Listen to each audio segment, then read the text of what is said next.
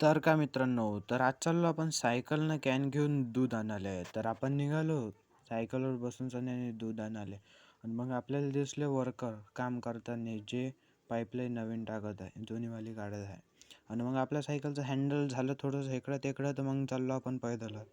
मग पैदल जाता जाता दिसलं आपल्याला पतंगीचं दुकान. एक नंबर पतंगा होत्या. आणि मग आपण पोचलो दूधवाल्याच्या घरी.